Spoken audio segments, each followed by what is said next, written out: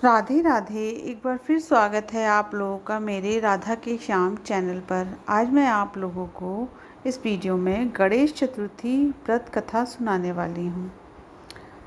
गणेश चतुर्थी व्रत कथा। श्री गणेश चतुर्थी व्रत की पौराणिक कथा के अनुसार एक बार भगवान शिव और माता पार्वती नर्मदा नदी के किनारे बैठे थे। वहां माता पार्वती ने भगवान शिव से समय व्यतीत करने के लिए चौपड़ खेलने को कहा। शिव चौपड़ खेलने के लिए तैयार हो गए, परंतु इस खेल में हार जीत का फैसला कौन करेगा, यह प्रश्न उनके समक्ष उठा। तो भगवान शिव ने कुछ तिनके एकत्र कर और उसका एक पुतला बना दिया।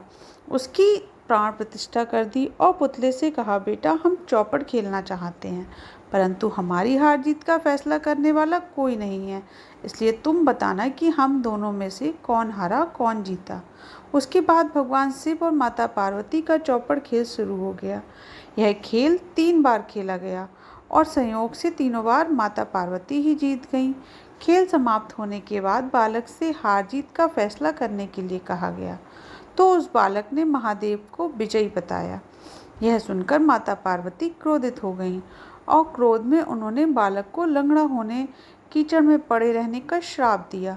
बालक ने माता पार्वती से माफ़ी मांगी और कहा कि यह मुझसे अज्ञातवश ऐसा हुआ है, मैंने किसी देश भाव में ऐसा नहीं किया। बालक द्वारा क्षमा मांगने पर माता ने कहा, यह गणेश पूजन के लिए नाग कन्याएं आएंगी, उनके कहे अनुसार तुम गणेश व्रत करो, ऐसा करने से तुम मुझे प्राप्त करोगे। यह कहकर माता पार्वती शिव के साथ कैलाश पर्वत चली गईं। 1 वर्ष बाद उस स्थान पर नाग कन्याएं आईं। तब नाग कन्याओं से श्री गणेश के व्रत की विधि मालूम करने पर उस बालक ने 21 दिन लगातार गणेश जी का व्रत किया। उसकी श्रद्धा से गणेश जी प्रसन्न हुए। उन्होंने बालक को मनवांचित फल मांगने के लिए कहा। उस पर उस बालक ने कहा, हे विनायक, मुझ में इतनी शक्ति दीजिए कि मैं अपने पैरों से चलकर अपने माता पिता के साथ कैलाश पर्वत पर पहुंच सकूं और वह अधिक प्रसन्न हो। तब बालक को वरदान देकर श्री गणेश अंतर्ध्यान हो गए। इसके बाद वह बालक कैलाश पर्वत पर पहुंच गया और कैलाश पर्वत पर पहुंचने की अपनी कथा उसने भगवान शिव को सुनाई। चौपड़ वाले दिन से माता पार्वती जी शिव जी से विमुख हो गई थीं। अतः देवी के रुष्ट होने पर भगवान शिव ने भी बालक को बताए अनुसार 21 दिन तक श्री गणेश का व्रत किया।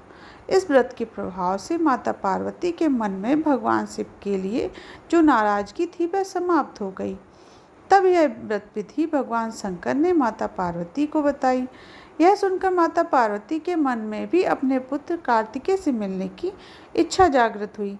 तब माता पार्वती ने भी 21 दिन तक श्री गणेश का व्रत किया और दुर्वा, फूल और लड्डुओं से गणेश जी का पूजन अर्चन किया। व्रत के 21वें दिन कार्तिकेय स्वयं माता पार्वती जी से मिलने आए। उस दिन से श्री गणेश चतुर्थी का यह व्रत समस्त मनोकामनाओं की पूर्ति करने वाला व्रत माना जाता है। इस व्रत को करने से मनुष्य के सारे कष्ट दूर होकर मनुष्य को समस्त सुख सुविधाएं प्राप्त होती हैं। यह थी गणेश चतुर्थी व्रत कथा।